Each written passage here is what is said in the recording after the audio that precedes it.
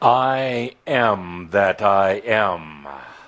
Alого Saint-Germain, here in service to you. I had a few chuckles as we were preparing for this Shroud, our 12th series together. First of all, I have to compliment Linda on the selection of today's music. One of the only times I've actually been satisfied with it. No offense to anyone else, but she's the one that heard it, that felt the unique energies behind it, and encouraged Caldra to choose it. Beautiful music with the symphony, with the voice of Sting. Happens to be very, very metaphysical, in case you didn't notice. Try listening to some of the music. Hello, ladies. Did you get it? Did you get it while the music was playing? Did you get the download? It was all there. We've talked about it before. It all comes in as a download while the music is playing. Descends right into you. Maybe makes the hair on your arm stand up, although not too many have hair like this on their arms, fortunately. Gives you the tingle down your back. Makes you take a deep breath. It was all right there. The mind, the beautiful, beautiful mind, wonders about it, doubts it, says, I must be making this up. Even though you're getting sensations in your body, even though you're feeling it all around, your mind says, well, I'll have to wait to see what Adama says. But here's a game we'll play today. You got the download. It's not singular. It is a download of potentials. Which potential will we play out today from what you just got? Which way will we go with this discussion, this Shroud? It's up to you. Totally up to you. I'll play whatever game you want to play. We could have fun. We could have a lot of laughs. Great way of releasing energy. We could get very serious. No. I could get very, very abusive with Vince. No. Or we could take it lightly. We could glide on it. We could glide to where we're going next. That's one of the things we'll do today. It's our 12th series. 12. Somewhat of an important number, David. Somewhat. It's a 1 and a 2. It's actually what the universe has, its rhythm of mathematics. Humans tend to work off mathematics of the scale of 10. The universe actually works from 12 most of the time, not always. There are dimensions that work off of 4s and 66s and all these other numbers, but generally the known universe has a way of always coming back to its 12 origins. Well, we could go, I'll go into a long discussion about that in a special Ask Adamas, although I don't take questions. It's just Adamas Tells session. But we can call it Ask Adamas just to make the listeners feel good. No, let's call it what it is. I think it's Adamas Tells. I'm giving Linda a list. There's one I want to do very, very soon. ETs and angels. Ooh, I like that the one. The real difference. Ooh, there is none. I like it. How right now in particular, in this time that you're living in, there's an influx of ETs and aliens coming in. You probably felt some of them. More than there has been in a long, long time, and they are not here to save the world. Did you say ETs versus angels? ETs and angels. Okay. The real difference. Ooh. There's an infusion of ETs and aliens coming in right now. There's angels coming in right now. And they're not necessarily here to save the planet. Not necessarily here to help you. And I'd like to do a tell-all story, along with Kazumi, be a side-by-side, about angels and ETs. So let's also do one, Linda, if you make a note of this. Side by side? Side by side. What does that look like? Well, stand up for a moment. Move over here. I'm feeling vulnerable. So first it will be me, and then it will be Kutumi. Thank you for your clarity. All you have to do is record. So we'd also like to have a discussion about 12. It's a somewhat important number.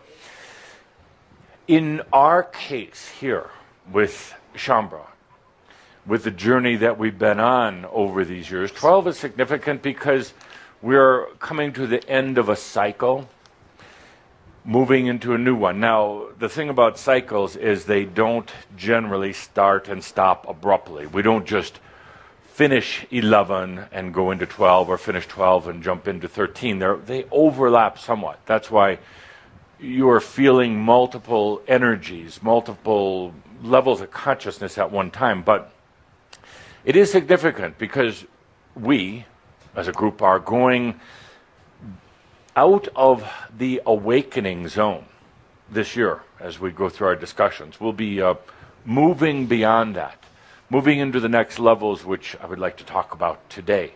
Yes, you're still going to have some of the symptoms of awakening. You're still going to have some of the residue, but you're going to find now that these new things we'll talk about today are going to play in as well.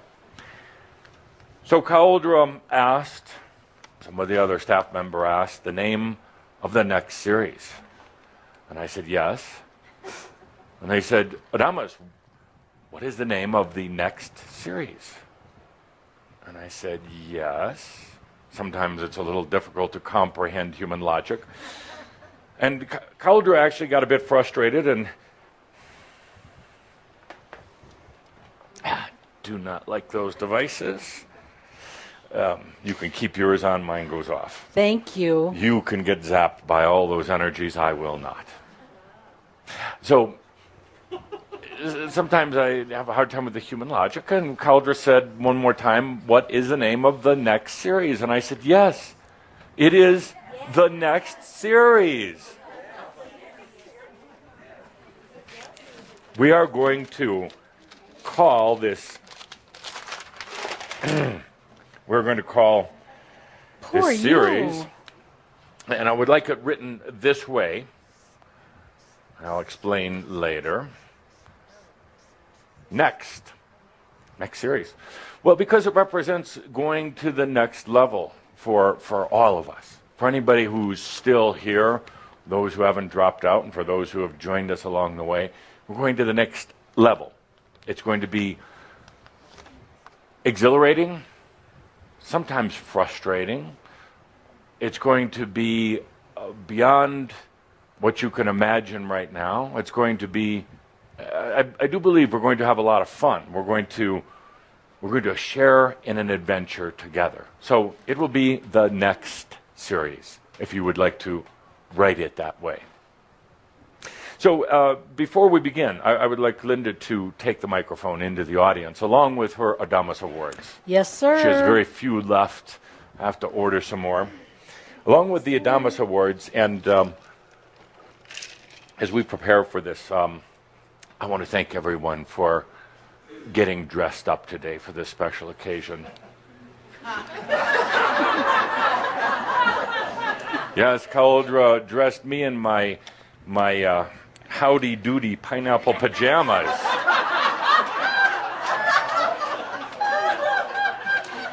You were the one that we said were making progress. It's an we were making progress along the way, and learning to honor, not honoring me, honoring yourself. We're making such progress, and then to watch it all fall apart. But you weren't excited about Kauai? Won't you be there? I'm not going to wear this in Kauai. You'll wear worse.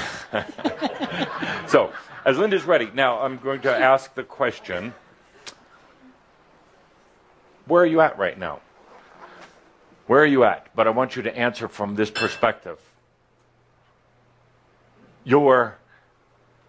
Let's say you're a television reporter, reporting on yourself. So Step outside yourself for a minute. Television reporters usually have, 30 to 40 seconds to do a story.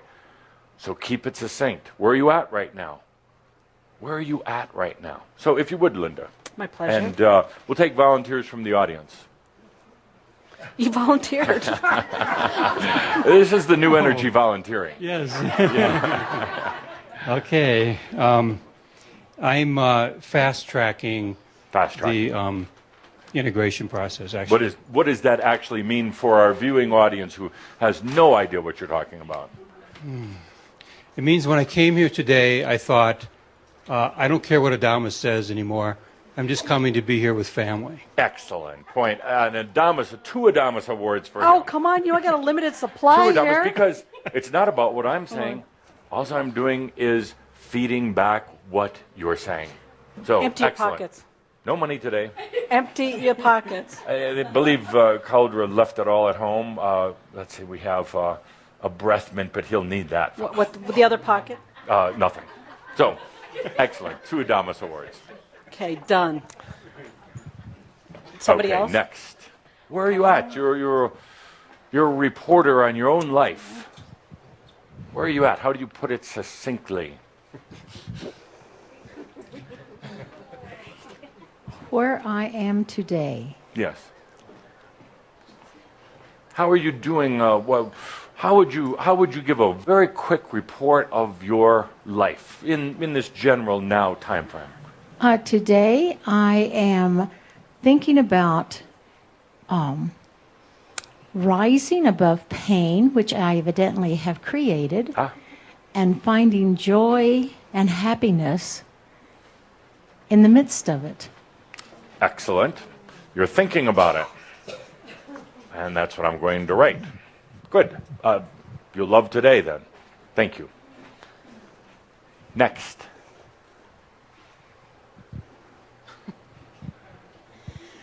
I'm in transition. Transition. Mm-hmm. Will I see you on the other side soon? Not that type of transition. Do you enjoy transition? Well, it's relative. True. Yeah. Better than some things, worse than others. What are you transitioning with or? From a Category 5 hurricane in the last few years of my life into a peaceful center. Exactly. And have you found that peaceful center? Some days. Some days. And what if I gave you some news from my news desk saying you're probably not going to find peaceful? Oh, and that's for all of you. If you're looking for peaceful, you're in the wrong group. You're definitely in the wrong group. They have medication for peaceful, but we're not going into peaceful. I'll tell you that right now. We're going into dynamic, enthusiastic, energetic, vibrant, amazing, beyond, but it's not going to be peaceful. Is that all right? I like vibrant. Vibrant's good. Vibrant, yes. Okay. But you are in transition, and where are you in that transition? You're over this side, that side? I'm moving more towards the vibrant side. More the vibrant side. Okay, good. Good. You'll enjoy today then, I hope. Next.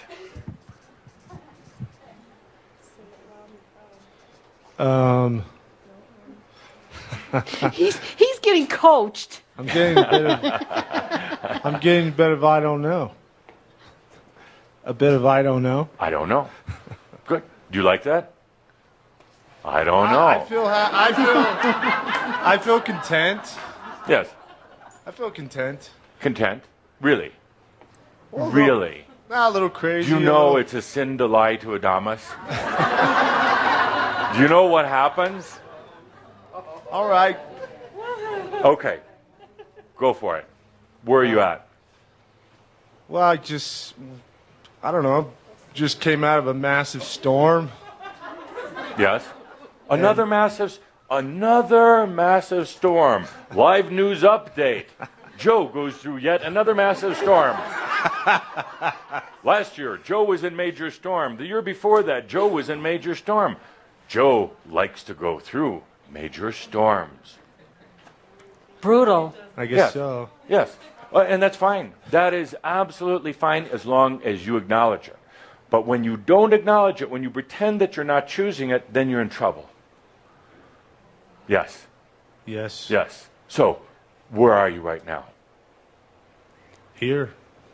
That's good. That's profound. That deserves not just a regular Adamus Award, but a Mr. Incredible Adamus Award. Mr. Why, Amazing. thank you. Go ahead. Adamus. Let's stand. Come up here. Come up here for everyone in the world to see you.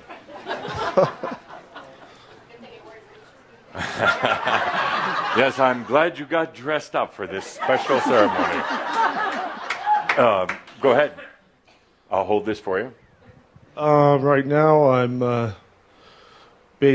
just went nuts Yeah. on a lot of crazy different levels, but I just realized I just have to be here now, and I also feel like it's like my eternal self is coming into the moment. That's the integration process. For me, that's the best way to describe it. But what you're not recognizing is that this is amazing. You're looking at it as from the perspective, from a bad television perspective of doubt and not trusting yourself. What you're going through is actually not much, but you. But you're building it up. You're turning it into something more than it has to be. You get kind of stuck in that. I'll tell you why later. But right now, I'd like you to discover who you really are. Are you ready? Yes. You have to open the package. Oh. Yeah. I didn't just give you a cardboard tube.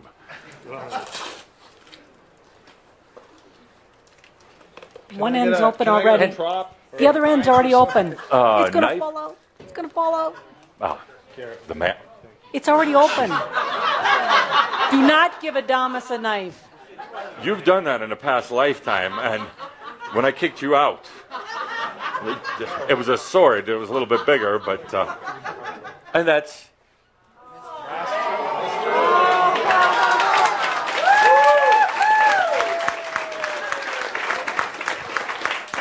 And you know, we're not done,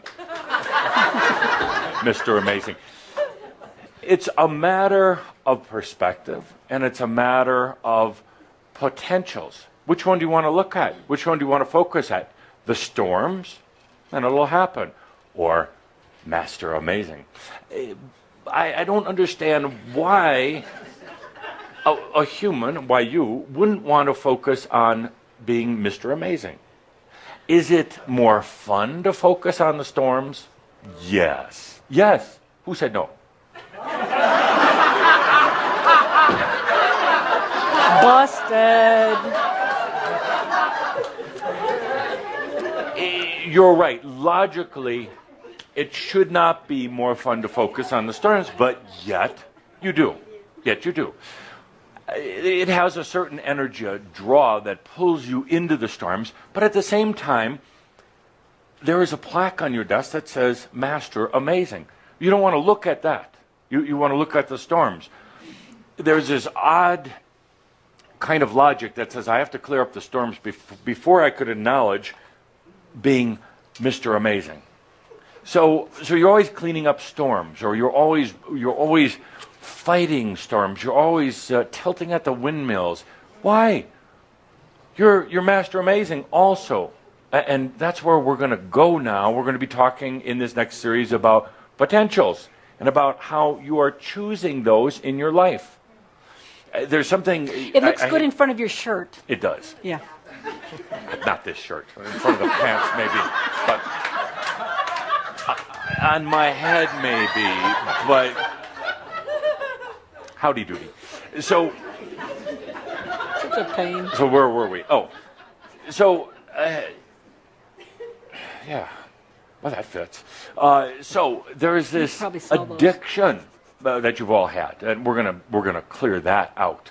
An addiction to the storms, to the drama, to the need for improvement, all that other stuff. We are so done with that now, aren't we? Aren't we? Thank you, Adamus, so much. I'm not done with you yet. So I truly have to say, for the first time, felt the evidence of this at our recent gathering in Munich, where I felt that Chambra is really ready to go, to get rid of this addiction, to stop focusing on the storms. The storms are real. The storms in your personal life and all the other stuff is real. It's not about bearing it or denying it or overcoming it. You will never overcome it. It's about what potential you're going to choose. This next series is going to be all about potentials. You'll get so tired of me talking about potentiating and potentials. You just want to... But it's important. It truly is. It's the next step as a conscious creator. And it's right here. So I would like you to put that on the dashboard of your car. And then when you're at home, put it on your nightstand, because that's the potential you could also choose. You don't have to choose the bad news story. You could choose the Mr. Amazing. But I have to ask you before I let you go. Can you accept that you are Mr. Amazing? Don't lie to me. Did that once today.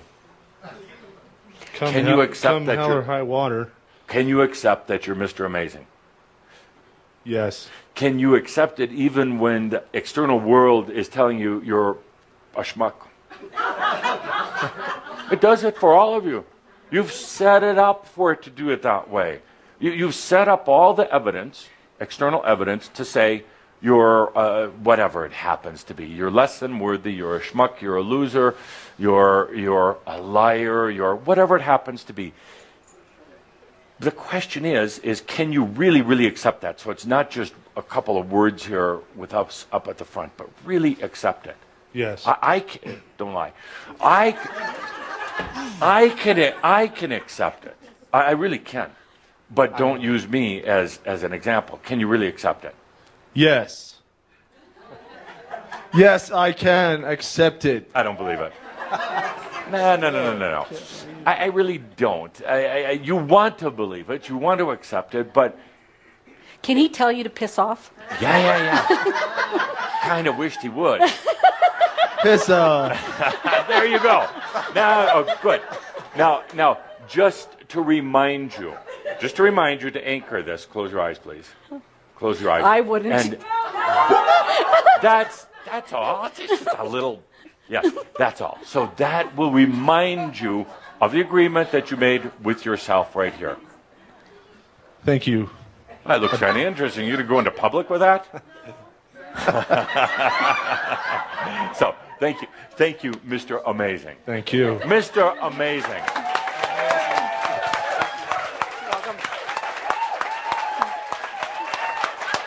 Looks like Ash Wednesday on his forehead. Absolutely. It's Ash Wednesday, yeah. Where do you think a lot of the problems emanate from? Hello. Okay, next. Oh, wait. Who's next? That was Stephen Green that made that award based on your direction that he was Mr. Amazing. So thank you, to Stephen Green. Thank you. Okay. Who's next? Easy. I noticed there wasn't a Miss Amazing award, and Later. so, yes. Where are you right now, Ricky? I am just on the brink of something that's very exciting. And it doesn't matter that I don't exactly know what it is, because I know I'm in the process of discovering what it is. Would you like one of these? No. On the brink. Okay. I understand what you're saying. It's a cheap excuse. Really, for all of you. You know, it's like, it's a carrot. And I know you feel it. But how long have you been feeling it? That's true. That's a long true. time. A long time. Thank you. You know, and actually, it's a good sign when you start feeling on the brink of a breakthrough. Big breakthrough. It's really a good sign. It means you've come a long way in this awakening, because you can finally sense it. But there's some interesting energy dynamics that the human plays with itself to keep it on the brink. On the brink is kind of sensual. Not like that. All right, like that. Now that I think about it. Just around the corner. almost going to happen. Right there, it's alluring, and it's seductive, and it's kind of, as Katumi would say, kind of sexy to have it right there. But after a while, that energy kind of does a backlash on you, because then you start getting depressed and energetically depleted, because it's like, well, then where is it? Well, you've set it up to be out there and to stay out there, and it will obey. It will obey until you really change the dynamics on it. And Ricky and all of you, I have to tell you right now that you cannot think your way out of being on the brink. I have to push you over the edge. Or you push yourself over the edge. But that's good. That's good. On the brink, but today let's transmute that into being in the flow, in your game, in with your new energy, integrated with your spirit. Thank you. Next. You sure you're ready? Hi, Adamus. Hello, Edith. I am that I am in this hall in joy. Yes. And that's okay. Gotta hold it up. Absolutely. Brilliant.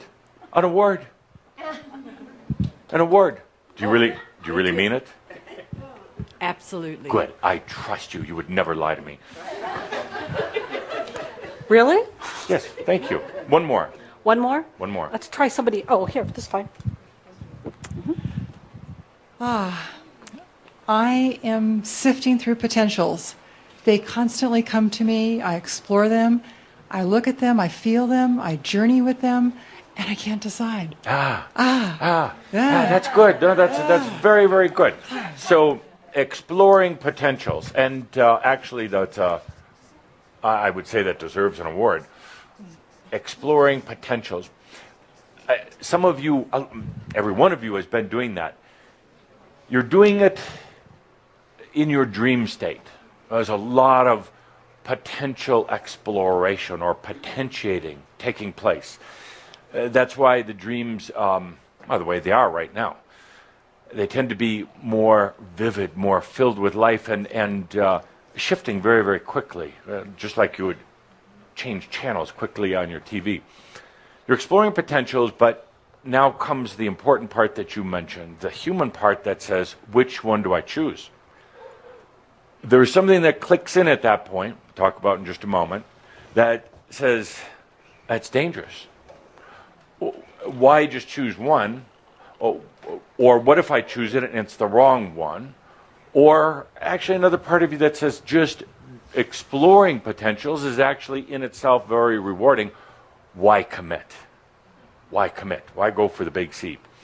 Because, and the reason why to commit is because after a while, just exploring and not choosing is going to be like eating cotton candy for breakfast, lunch, and dinner. Like eating like a lot of sugar. And it feels good, but the potentials need to come in for realization, manifestation. And for the survival of the human body of consciousness, your mind, your physical body, it needs to have that. It needs to be brought in. Otherwise, you kind of go into a weird, different type of imbalance, not necessarily mental, but kind of a energy imbalance. So, again, we'll talk about that today. Sounds like we're going to talk about a lot today. So let's take a deep breath. Let's go to the next step. The other day we did a experiment with your internet media, with Shambra and others from around the world. It was an experiment I wanted to do before we actually did it here in this Shroud. It was about the mind, and one of the things that every one of you is experiencing right now, in a very beautiful but sometimes confusing way, is going beyond your mind. Now, that's a difficult thing.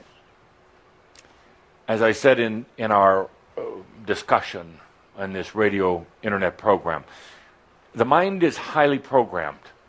Mind is highly susceptible to programming, first of all. It is highly programmed over many, many lifetimes of programming, indoctrination, constant set of information and regulations and rules going into the mind. The mind has been tied into mass consciousness. Mass consciousness, for the most part, does nothing but to govern and to rule and to manage and manipulate mind activities of humans. Mass consciousness. Now you think of mass consciousness as perhaps something grander. The way mass consciousness works right now, it has its tentacles into every human on Earth, interconnected with every other human. It is now actually being infiltrated by ETs and angels. And so the control, the manipulation is at a very intense form. People are, well, they're hypnotized, absolutely hypnotized. And every one of you knows it and feels it. There's part of you that for years has been rebelling against it. Ever since you came here to Earth in this lifetime, been a significant part of you that's been rebelling against this. It has gone on for many, many lifetimes, but years ago, Tobias talked about releasing mass consciousness. So you set into motion the mechanics to start doing that. You reach a certain point, though, and it has to be more, not quite the right word, but aggressive, more determined, more choice to get out of that mass consciousness. And to get out of your own mind lock, your own mind lock. I gave the example the other night. It is a catch-22. And here's the example, if you're not familiar with a catch-22. And the example I used the other night, you work in a building. Let's say it's a 20-story tall building, highly secure, very, very few windows. Everything in the building is controlled, from the airflow to the energy flow to the water, to who has access in and out of the building. Interesting. Shambar eats very interesting things. Not a judgment, just a observation. What did you just eat? Junk. Washing it down with cold putrid liquid. I can't wait to come back to Earth someday. So, you work in this highly secure building. It's very, very highly monitored, everything about it. And you want to get out of the building. You want to leave the building because who wants to stay in a building 24/7? You want to get out and at least go for a walk in the park and see what's happening around, because you also know that all the information that you get inside this building that's fed to you, information you have access to through your internet and other media, is highly controlled, highly regulated. Part of you really wants to get out, really wants to leave the building. So you start asking around to the others, how do you get out? They say, oh, that's easy, kinda. You have to go across the street to the other building to get a pass to be able to get out of this building. Laughter should erupt at this moment. That Want some more junk food or swill? The spiritual catch-22, the mental spiritual catch-22. You're trying to work your way out of this limitation. It's all centered in the mind. You're trying to get out of it. You know that there's something else out there. You know that there are other dimensions right here, all around you. You know it. You want to believe it. You try affirmations, and they don't work worth a damn. Affirmations are mental. Affirmations and all these other things. I talked the other night about it. I haven't gotten any hate email yet, but all the little ceremonies and all the affirmations and the chanting and all that, that is so damn mental. It's a joke. It's a joke on you. You think that if you align the crystals in a certain way, if you go stand outside when the stars are aligned, whatever it happens to be, it's a big damn joke. There is nothing spiritual about it. It's mental. It's mental pretending it's spiritual, and you've fallen for it. Hell, you created a lot of it. Laughter. Should we get a sign? We need a sign. I'll get a sign. I would like at least the listeners Sure. online to think that. Yeah, we'll get you a sign. So here you are. This building is the symbol of your mind. Of your mind. Highly regulated, highly closed in on the inside and the outside. Highly overly managed. Not by some evil forces out there, just by the sequence of events that's taken place on this planet. Nobody's actually controlling this mass consciousness. Only you are controlling your own brain. But you're trying to get out of this mind lock. You're trying to get out of this mind prison by using tools of the mind. And when you talked before about feeling that it's almost there, you talk about being on the brink, that is another mind game. The mind adapts to that quickly and says, let's be on the brink all the time. Whew, mind still in control. The thinking, the just exploring potentials and not bringing them to earth, all mind stuff, all mind stuff. You're trying to get out of your mind or beyond your mind by using tools that the mind itself created. And you can't. These tools are so cleverly created, they're only going to dig you in deeper. They're never going to dig you out. They're only going to dig you in deeper. So when you start overdoing the numerology, what's your sacred numerology? Your sacred numerology is one. You. Just you. That's the only frickin' sacred number there is. I was going to say another word, but no. Calder doesn't like those. He gets bad email when I say bullshit, other words. So when but your mind, it's a joke because now it's got you engaged. It's going through all of what's your sacred numerology, what's your, I'm sorry, but your astrology. Astrology has some value. I was a teacher of it in my life as sen-жермен to a degree. But most of the time, right now, humans are misusing it and abusing it. And it's their mind. Their mind, they think it's a tool to break free, to get out of this mind prison. It's the mind laughing, saying, I'm going to stay with you, baby. You're not getting out. You're going nowhere. And you see, and it doesn't matter what it is. I'm not picking on any one particular thing, but at a certain point, the mind gets in there, grabs it, manipulates it, and uses it to dig in even deeper. Saw the movie? I'm sure many of you have. It's your movie, The Matrix. Matrix. Very, very symbolic of this back and forth, this structure, this delusion. So the question is, at some point, by the way, there's nothing wrong with the mind. It was the way that it's been programmed and manipulated. At its core, there's nothing wrong. It's amazing. It's wonderful. So the question becomes, how do you go beyond? Anybody? Breathe. That's an excellent start. Thank you, Kathleen. You have amazing progress. Amazing. Amazing. We need Miss Amazing for you. Yes. We'll get that for you. I just put it on order. Okay.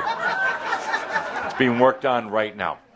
So how do you, let's say you're in the mind. Now, obviously at the same time, you're not all mind because there's part of you, whatever you want to call it, but I call it the I am, the real you.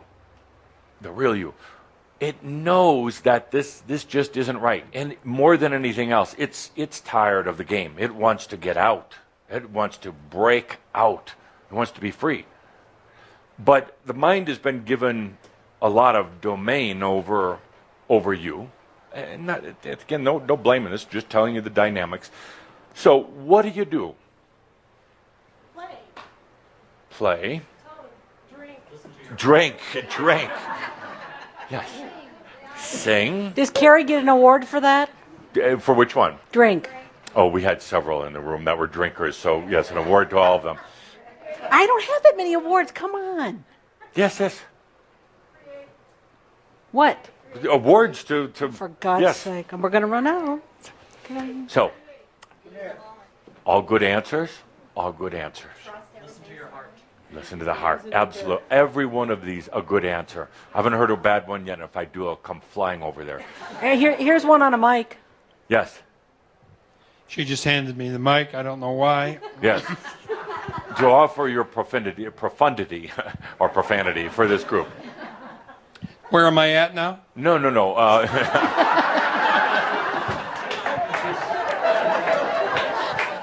Stephen, from now on, you sit up in the front. But your mind is just wandering. It's okay. We have medication for that. What's the question? The question is, so if a person is in their mind, how do they get out of their mind? Choose all good. We got mics here. Choose here. By exhausting the mind. What? That's actually it's a bad answer, and it's a very good answer. It's actually really, really bad advice. But guess what? That's what you do. That's what you do. Don't you do it anymore, though. Give her back the microphone. Don't want you saying anything else on there. You should get an award for that. Yeah. Oh, award for Yeah. having a bad answer. I Well, love that. it was I a love that. bad answer, exhausting the mind. But actually, it was really very real.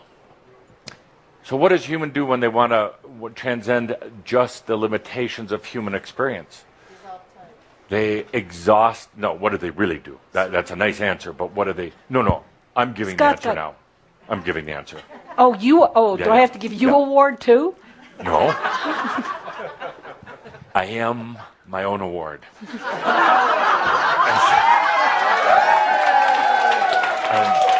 And every one of you should be as well.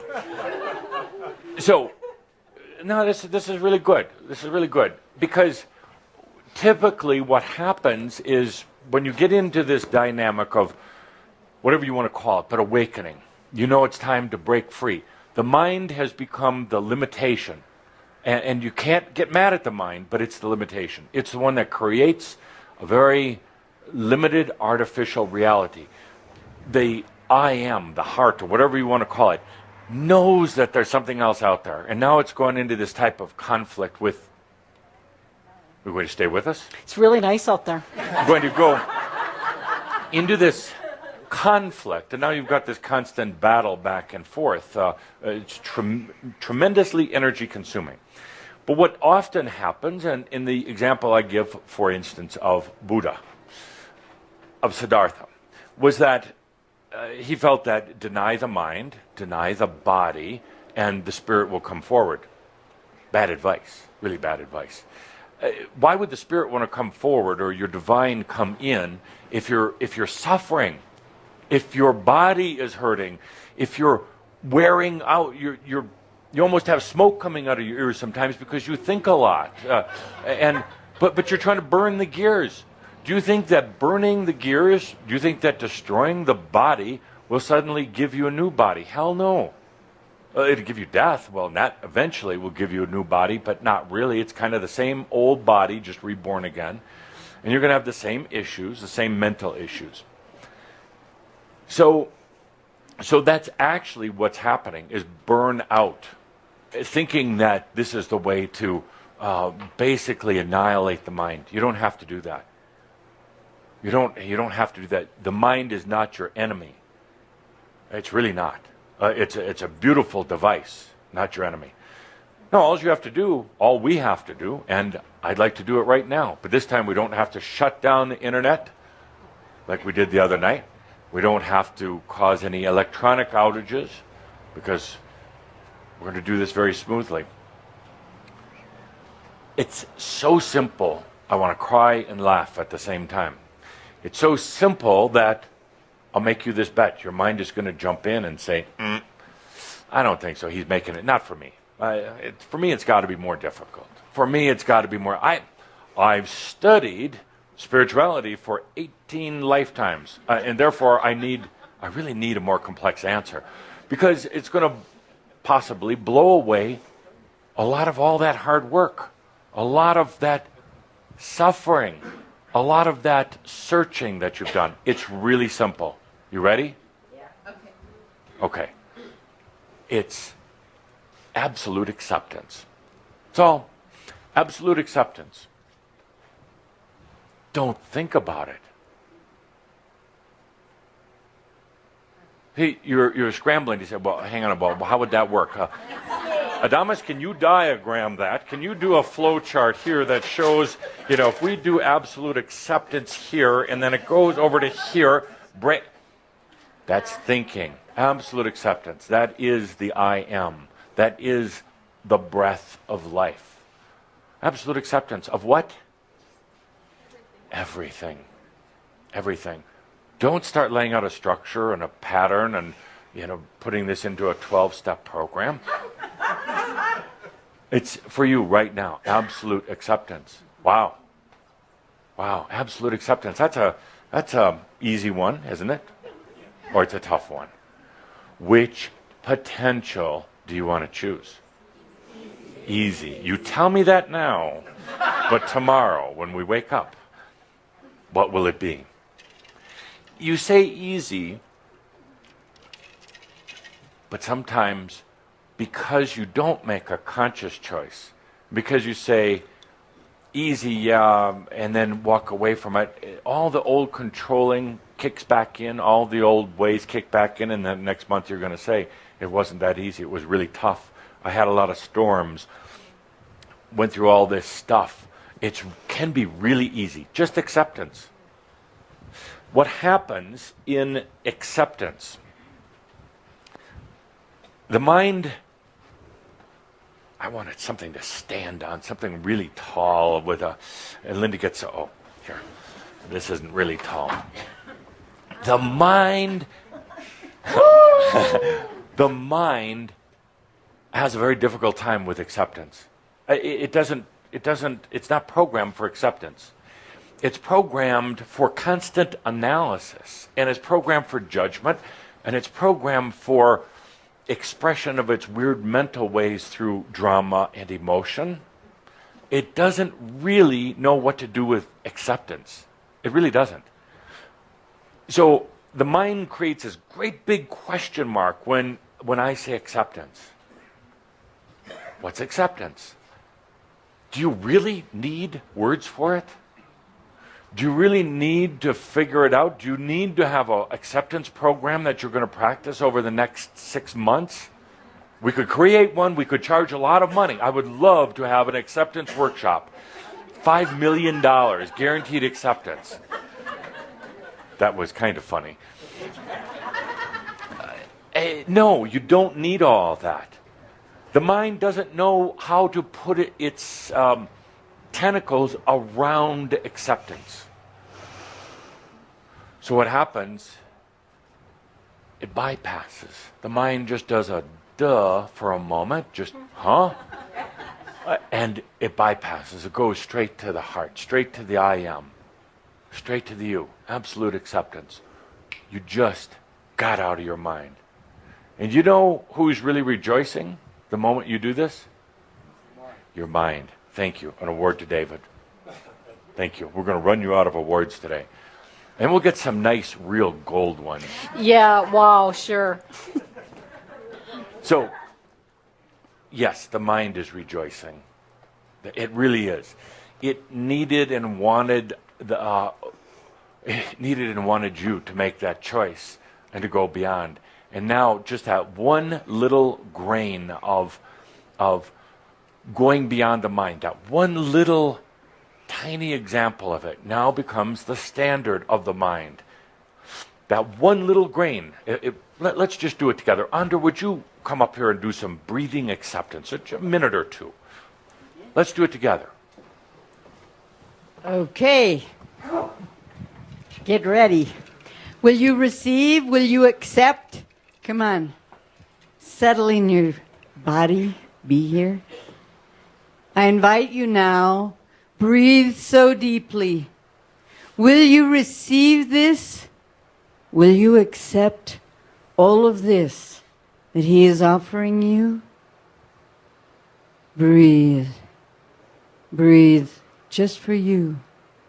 Breathe deeply, deeply. Receive. Receive and dare to accept this breath, this exquisite breath. Feel this. As it flows into your body, the body melts, relaxes, receives. Accept this breath, this gift. This is an exquisite gift. Breathe. Breathe just for you. Just for you. Breathing deeply, feel the breath slowing down, deeper into your belly. Let the shoulders relax.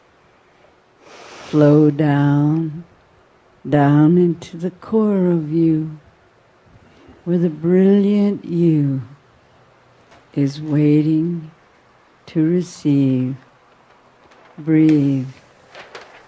Breathe deeply. Breathe deeply. Thank you. And, dear Shambra, that's a wow moment. Wow. That's all it took, was a little acceptance, a little breathing it in, and you have, every one of you has created just this little example, this little kernel or little grain of going beyond the mind. It doesn't have to blow your socks off. It doesn't have to shut down the power or kick us off the internet or anything like that. This one tiny little example of going beyond the mind, of being in the total body of consciousness, your total body of consciousness, provides the template or the standard now, and your mind goes, finally. You've freed yourself, you've freed your mind of its rigid hold. Now you don't have to do anything, really, except a few things that we'll talk about in a moment. But you don't have to manipulate anything. You don't have to do anything. It's just, wow, now it's going to happen. And that's the amazing thing. And if you can accept that, and accept that the process is already now in place, we just did a little simple breathing, the process is now working, and you're going to go beyond the mind. And you don't have to work at it. And it's not going to be suffering. You're not going to have to burn out your brain. Yes, things in your life will change, but rejoice in them. Accept them. It's amazing. And you're going to need it for where we're going. So, quick review, quick refresher. In our last series, Master Series, we talked quite a bit about awakening. To help you understand where you've come from, but also to help you as you're guiding others, if you choose to do that. Most of you will, in one form or the other. It doesn't have to be through lectures or words. It can be through art, through the theater, through science and math and all these other things. So we gave you an understanding. We talked about the waveforms. I'll do this quickly, so now it's not as to bore you, but we talked about how your divine waveform, your human waveform, have been in this constant ebb and flow with each other for what seems to be eons of time. They get closer, they move further apart. It accounts for a lot of cycles in your life And the cycles happen in different patterns, but they happen in cycles of days or months or sometimes years and sometimes cycles within cycles, but it doesn't matter, does it? You've been ebbing and flowing with the human and the divine waveform. You come to a point where these waveforms finally intersect, right here, the X spot, the point of awakening. We talked in several of our last shouds that this area, this period here that all of you have gone through, is destructuring. You're destructuring yourself in preparation for moving on. The destructuring almost has to occur. It's very difficult to get around it. Otherwise, if you don't destructure, you're not creating the space for the new, improved you. You're just dragging the old you in, and as, how does the saying go, same old whore in the brand new dress. Nice. And very graphic, very graphic. So you go through a destructuring. You go through the destructuring, which for most of you was really tough. Losing your jobs, your relationship, battles with your aspects, battles with your mind, with yourself. The destructuring was important, though, to get back to some of the core energies of you. You are still having some of the residual effects of destructuring, and you're still feeling it at some times, but you go into this next zone, the quiet zone. Everything gets really quiet as you really slip into this X spot. It gets very quiet. Sometimes unnervingly quiet. Where's the commotion? Where's the drama? For those of you addicted to dramas, for those of you who just like to have a lot of stuff going on, very unnerving. And then you do this thing that will assure that you get some drama. You say, what am I doing wrong? Just because it's quiet, I must be doing something wrong. The other shoe is about to drop. I know it. Every time I've come to quiet before, everything goes to hell. Yes, because you're creating it that way. Something about you doesn't like the quiet. You go into the quiet zone and have a hard time handling it, but yet there's something really wonderful about it. It kind of doesn't matter anymore.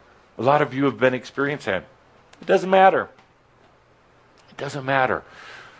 You start to understand that drama is a really emotional junk food.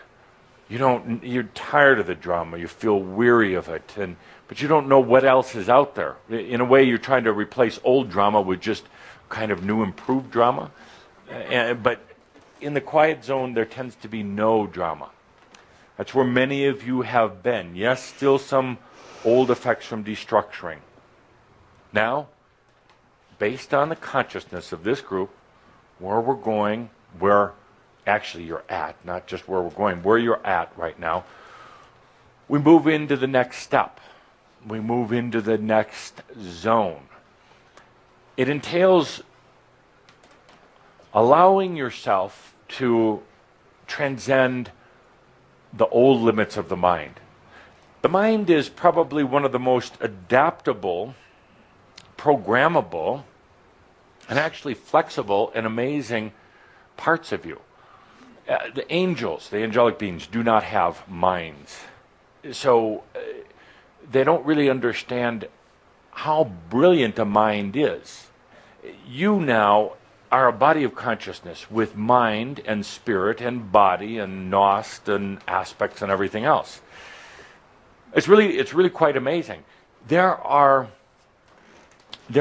non-human, non-physical beings who would kill to have what you have, literally, if they could.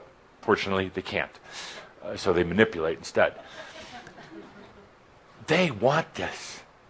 Can you imagine? Just imagine for a moment, you're an angel, you've never come to earth, but imagine just contemplating having more than just this fuzzy, wuzzy angel being self. very kind of, very airy-fairy, I guess is the right word. The integration of a mind, the ability to take on physical form, and eventually to be able to be in or out of physical form by choice. You have to experience it. You have to really get into it first. They want this. They want it because it's a type of fulfillment.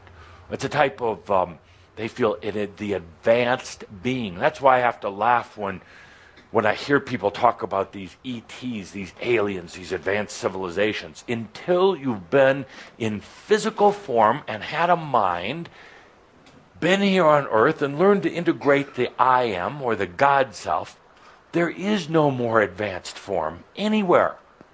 Anywhere. It's just a bunch of mind junk with a being who says they're from an advanced civilization. I highly doubt it. And I've been around a little bit. Haven't met anything more advanced than a conscious human being. Because you have the body, the mind, the spirit. Because you are learning right now how to choose, how you want to work with those. Do you want to be physical or do you want to be non-physical? Do you want to be mental for a moment to help figure out something that requires mental? Or be the divine? Or how about the combination of all of it? That is the most advanced species in all of creation and can only be found here on Earth and can only be had by experiencing lifetimes on Earth through the birthing process. Whew, I should probably quit right there. But I'm not going to. Because I want to talk about, so we go beyond now. What happens? An interesting thing happens. Some of you have been getting a little clue or feelings of this lately. Others of you just started doing it. I've been showing you for months and months this very linear horizontal diagram where the spirit and the divine finally cross the X point, and then they keep weaving in and out. They no longer are separate. They're no longer ebbing and flowing. Now they're interweaving with each other. The only reason why that's significant is because now you have human and you have divine in this beautiful tapestry going together. Never, ever, ever to be separated again. Ever. You cannot undo this. You can't go backwards. Even if you try. So I've laid this out in a very horizontal manner. What happens as we get deep into the X zone and we start going out, horizontal changes to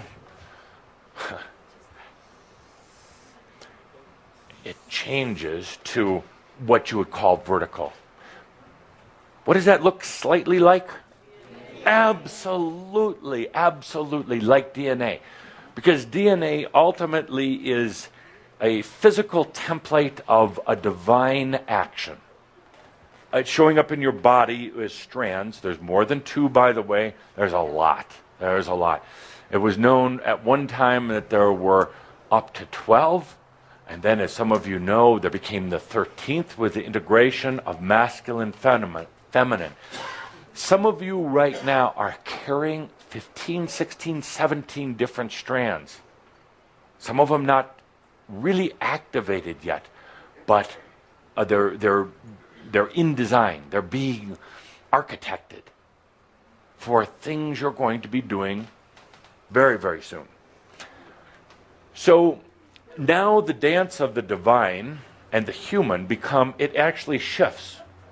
It actually shifts because you're no longer on a linear path through life. In a sense, you could say that when the shift occurs, you've set up all the potentials to transcend time and space. And because it's so intimately connected to your DNA, the work that you've been doing on the deep levels of your DNA over these last few years now starts to activate. And you don't need to do a damn thing. Please don't do anything. You'll interfere with the process. Don't do anything. So this is this is actually very important that you've had this flip occur from horizontal linear to basically vertical. Energy starts flowing different at that point. It flows from above and it comes up from below. I don't want to waste a lot of time into this, but in the past, you've been trying to bring in energy from what you call above, and not much has been going up from below. It's all been staying down there. For a reason, you needed to continue having that flow of energy into this reality. But you are now at the point where it doesn't all have to flow in here. It doesn't all have to keep you down here. It starts flowing up. As it does, as these energies go through these beautiful dancing motions, they obviously intersect with each other. That'll come into play later on in our discussions, but they start a very interesting dance. At the same time, while this basic template is going on, the energy starts running along these patterns, and it runs basically in all directions. The mind says, well, sooner or later they're going to clash. They don't.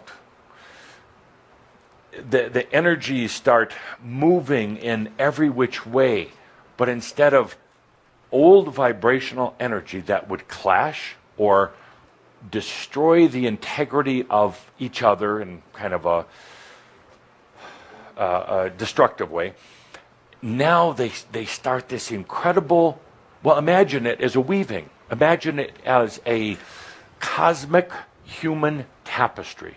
And that's exactly what's taking place within your body and your spirit. The mind has been holding back. The mind had the brakes on. Didn't know how to get out of itself. Was so tied up in using the mind tools, it didn't know how to get out. We just did it today. It was that easy. One word, acceptance. Some breathing, and then letting it take place. Why is all this important other than I like to write on the board? I like to write on the board because your attention goes on the board. Some of you wonder when I'll ever sit down, particularly Caldra. Your mind is occupied. Your mind is temporarily distracted into all this meaningless stuff. And you're really getting it right here. You're really letting it flow in. I have flow monitors around the room.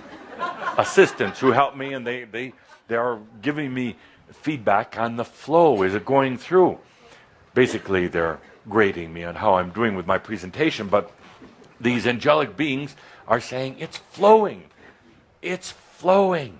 And if you wonder what it is, don't worry about it. What's your score? It's just, it's the consciousness and energy now moving together. What's your score? 100 to 0. It's consciousness and energy moving together, and that's what it's all about. Remember, consciousness, energy used to be two separate things. They tried to, did whatever you could to try to make them work together. Consciousness would call out for energy to try to support its desires, its dreams, its manifestations. But now what's happening in all of this is they don't need to be separate. It is truly what I would call holistic. Consciousness and energy contained in the same vessel, contained in the same dynamic together. That's what, by the way, we call new energy. They're together. So why is all of this important? Well, it's important here because we have a dynamic now taking place. And imagine this just keeps going on and on and on.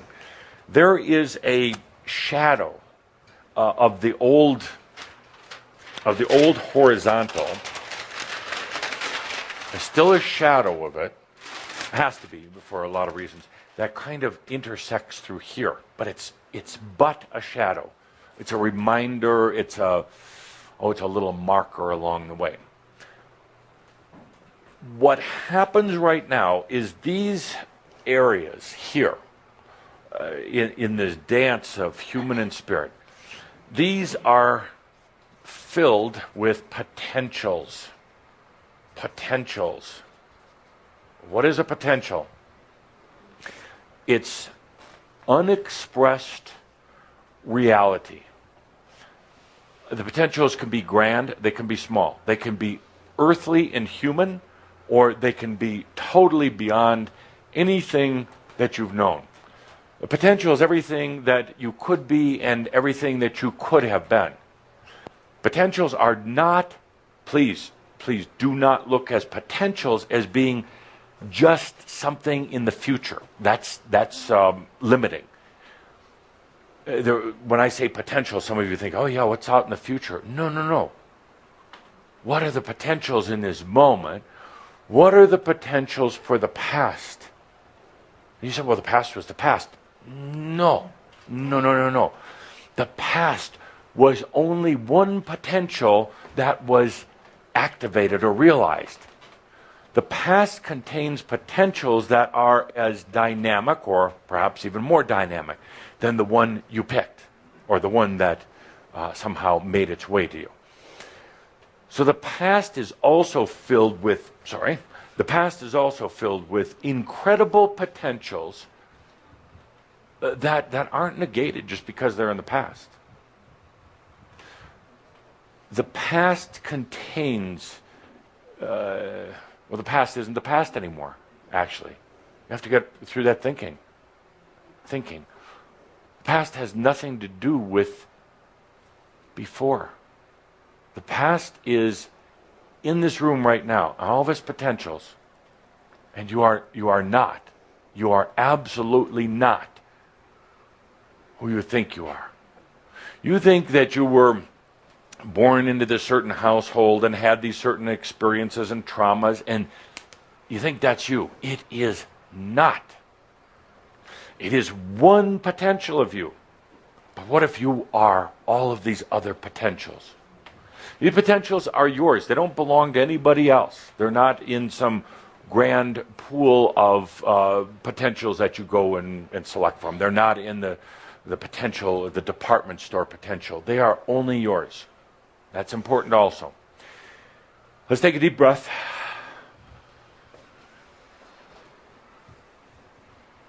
What is in here are potentials that are very, what you would say, viable. They have been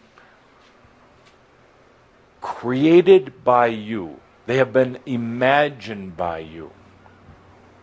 Not in your mind, but in your heart, in your soul.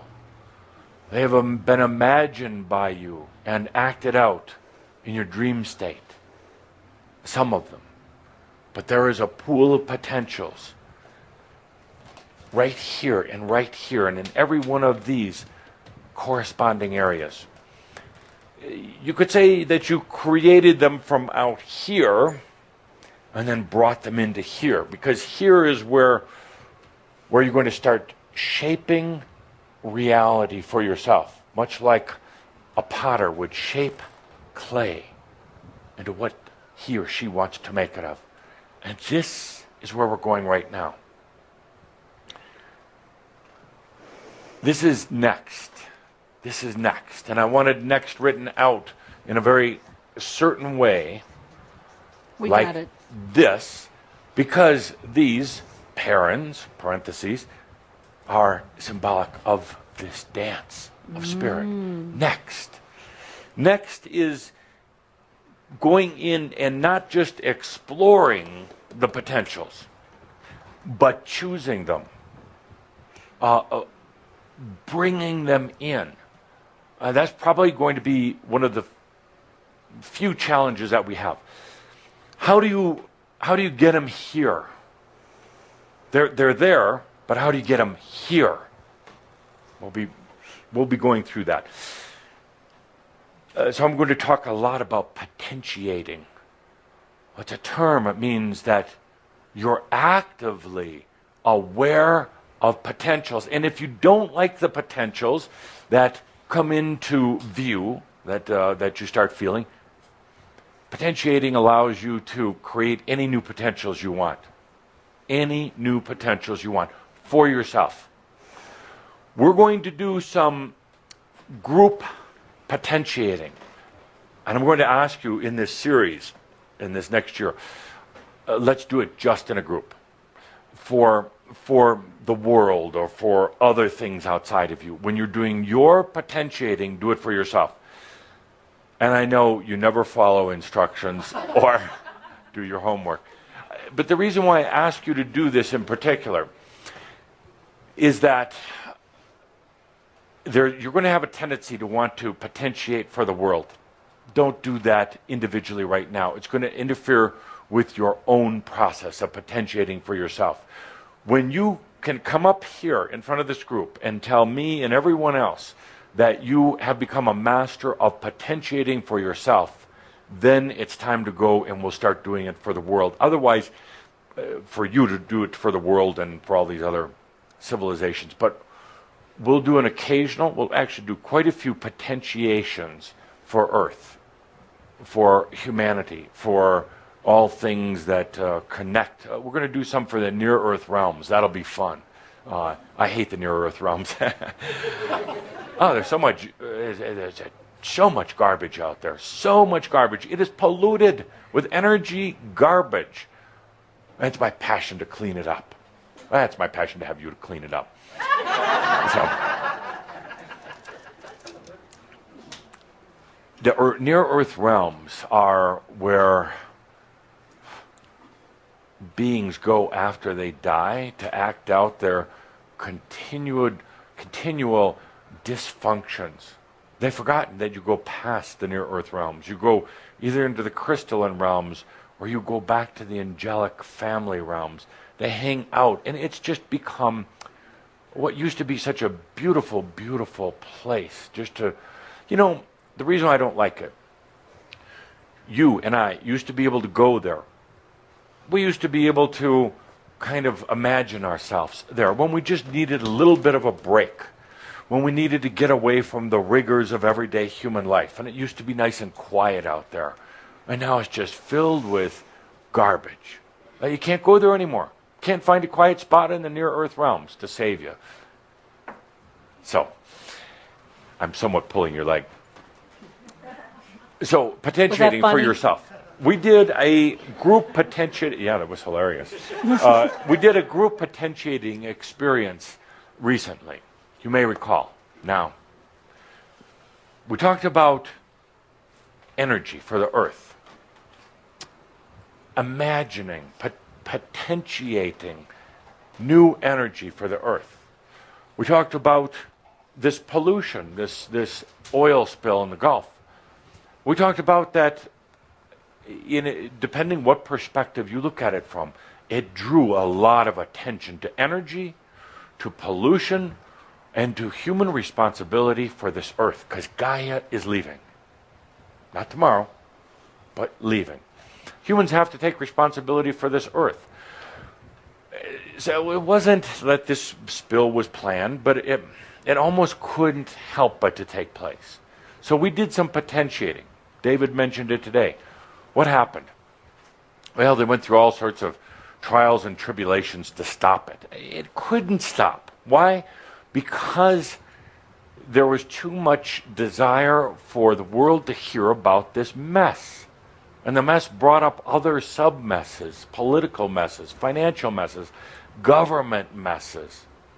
These type of things will continue to happen, especially over the next few years, to bring it to consciousness. So that being said, we potentiated. We didn't inflict a certain agenda on the rest of the world or any oil company or part of geography of the world. We potentiated. What we did is you could say we sprinkled a little fairy dust on all the potentials of transformation and transmutation of alchemy. We sprinkled alchemy dust onto the potentials that just weren't being seen by some of the closed-eyed mental beings. When we sprinkled it helped to bring them to light. Now, we didn't have to choose anything. We just brought it into focus, into consciousness. And then we walked away. We left it be. We imagined. You were brilliant. You were brilliant. Actually, I had suspected that many of you would try secretly to inflicting your will, saying, we're going to save the dolphins, the whales, the sea turtles, and everything else that might be hurt by this oil spill. They don't care. A lot of them are leaving, by the way. A lot of the species are leaving to be replaced by new species. They don't care. That's a human agenda. That's a human agenda. So, we did this potentiating, and here we are, a short time later. What happened to the oil? What happened to it? Is it laying in the bottom of the ocean? Did the aliens come and suck it up? Oh, I'm going to get Calder in so much trouble for all my alien talk, but we're going to talk real intimately about that. Yes, I do have some very definite opinions. Really? Really. So, what happened? Did they suck it all up with their skimmers? Hardly. Hardly. No, they didn't. Did it evaporate? Does it matter? No. See, the mind wants to run in and say, well, tell me exactly what happened. I'll tell you exactly what happened. It was transmuted. It was transmuted. What more do you need to know? Oh, yeah, you might want to get a little facts and figures, but essentially it was transmuted.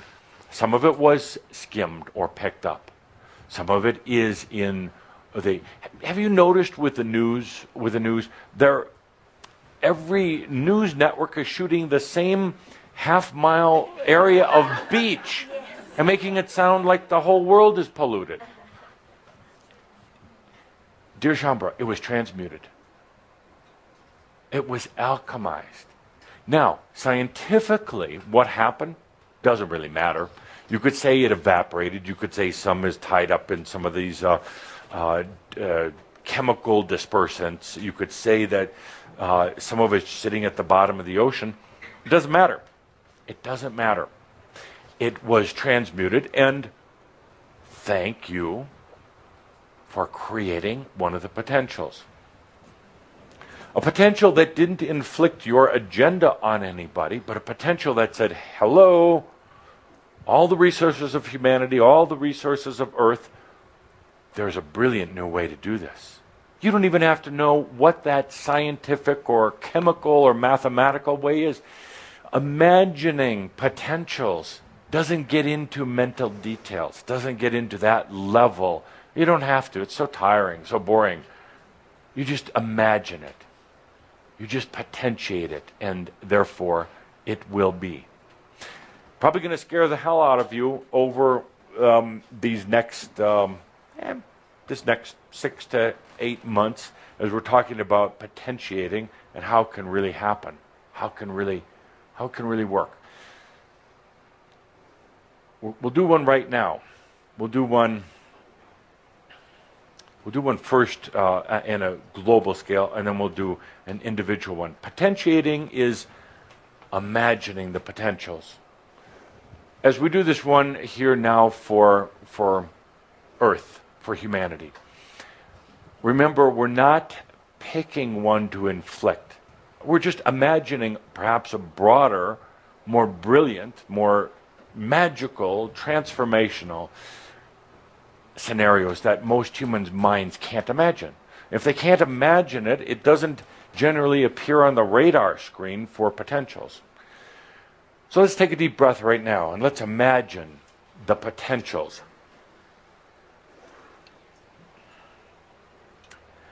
Let's take a look at what are the human issues right now. Let's imagine a potential. I'm trying to think of one where we're going to have possible relatively quick side effects. All right. Let's get into some particle physics. But you don't have to know anything about it. You don't have to be a physician. Right now, there's a need to understand how energy and particles move in and out of supposed reality. They're always real, it's just that you can't always see them. But right now, it would help complete or help complete a lot of very big scientific and cosmological questions.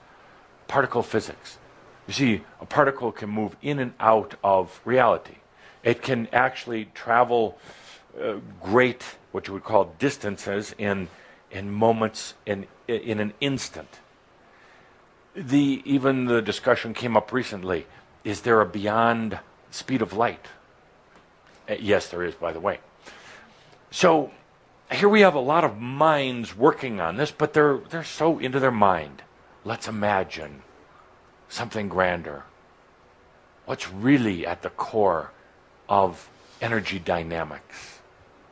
You don't have to know a thing about chemistry or math or physics or anything else.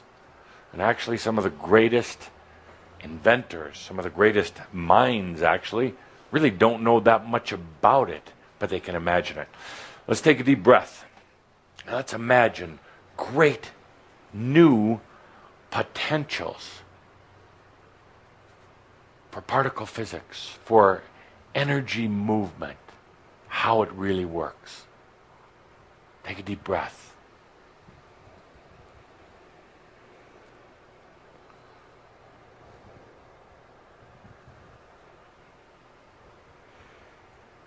It's there. Just hasn't been recognized. It's almost like some of these new advanced answers have been just sitting in limbo, waiting for somebody to acknowledge that it's really amazing. Really brilliant the way energy moves and flows, and the way then particles move in and out of different dimensions, different states of realities, or different pods of potentials. Okay, we're done. Now, I just check the news every once in a while. You may just see some great big breakthrough in particle physics. It's that easy. Now, next, let's take it to a personal level. Potentials. Well, this gets tough because here you have all of these I see potentials as just a myriad of balls. Just millions, billions of them, each representing different potentials, and they all can work in different ways with each other. You can combine potentials. You can segment them. You can choose whichever ones you want. And the mind says, well, how does this all work? And how do we figure all this out? You don't. You experience it. You transcend that mind. You've moved beyond the linear or the horizontal flow. Now I've gone into this new form. There are all these potentials for your life. I've been asking the question for a long time, annoyed some of you. What do you want? Been asking because we've been leading up to this moment. What do you want? And if you're not potentiating, if you're not imagining, and then for you as the individual, if you're not choosing something, or at least connecting with it, let's even just not even use the word choosing, connecting with that potential that you would really like, it goes unnoticed. It's all there. Riches, if that's important to you. Spiritual enlightenment, if that's important. I talked to a group recently in Salzburg, and I asked them the same question. What do you want? What do you want? A lot of different answers, nice ones. I told them what I would want if I were them, which I'm not, because I am that I am. If I had all of these, anything to choose from, all these different things, what would I choose right now? do you think? A vacation? Glass of wine? That is easy. I will manifest that. Clarity. Clarity. I don't care about riches, or you shouldn't either. They're there. But if you're not clear, you're never going to know that they're there. Enlightenment. You're already enlightened, you're just not clear about it.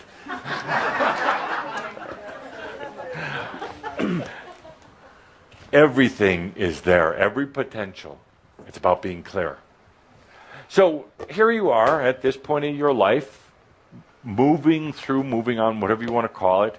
No longer just waiting for it, just on the brink. You're brinked. You done been brinked. You are right here. What do you want? That's my choice. You can't have that. What do you want for yourself? Let me we have 9 minutes left to make the choice of your life. You're paying attention to time? Yes. I have a date. Oh. I'll tell you about yourself? it later. No. A lot of requests. So dear Shambro. Dear Shambro, where were we? I'm thinking about my date now. I'm going to do a little manifesting into physical reality tonight, if you know what I mean. So,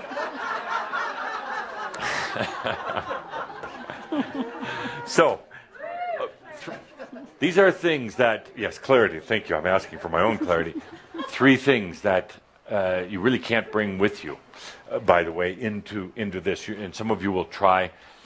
That's where it will get a little bit scratchy, a little bit rough. 3 things. Number 1, I'll write these down. No, thank you. 3 things not to bring into your awakening. Not. Number 1, you could probably guess this.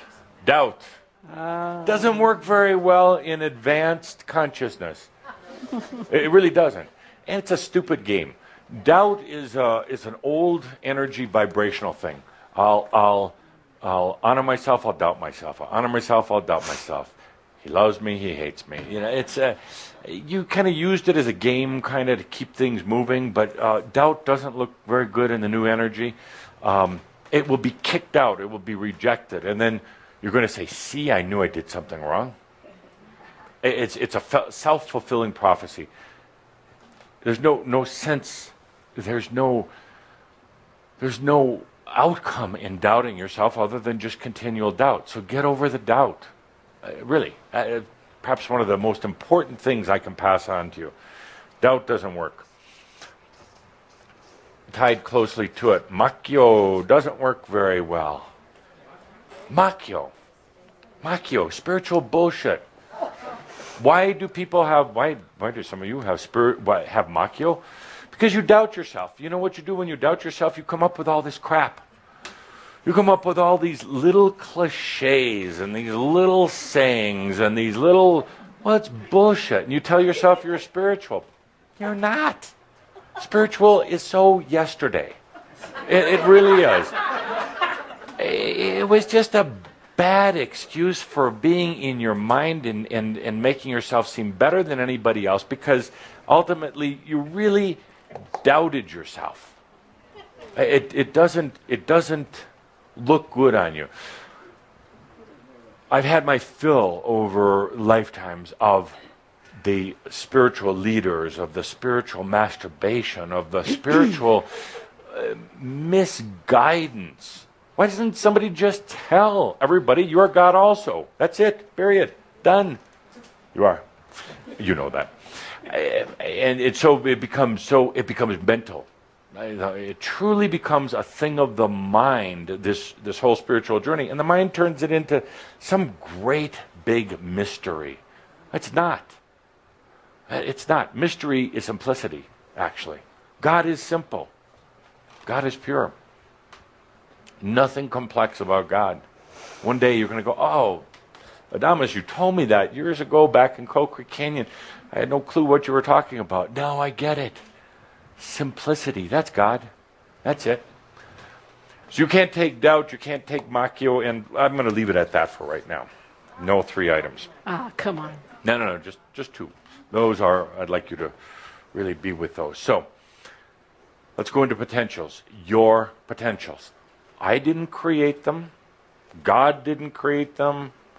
Kathumi definitely didn't. These are all your potentials.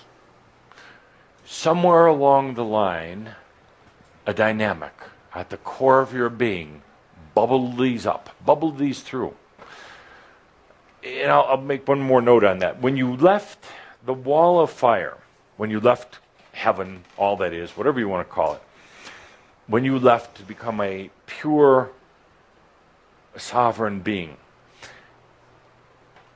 as you went through the wall of fire, you imagined and experienced all of the potentials of everything that would ever happen to you outside of home, outside of home, outside of the first circle. That's why it felt so awful. You felt you were ripped into billions of pieces because you were suddenly experiencing everything, every potential that was to ever be. Every variation, every iteration, the potential of whether you were going to say yes or no at any given moment, the potential of whether you were going to choose to take a breath or not. You experienced all of that when you went through the wall of fire. Well, maybe not all of it. You experienced all of it up until right now. What happens now, and what's going to be such a factor for you, is suddenly you realized that you couldn't have experienced all the potentials for all that would be, because you would get to a point, let's just say it's the point of I am and new energy merging together, where there is potentials that could have never been imagined by you or by God, ever. Brand new potentials that were never there before. You had to destructure yourself to make room for some of these potentials that were never imagined, even in the heart of hearts of God. Whew. We should stop right there, but we have 1 minute left. Take a deep breath and feel and imagine the potentials of your I am, every potential that was written, and every potential from this moment on. For you.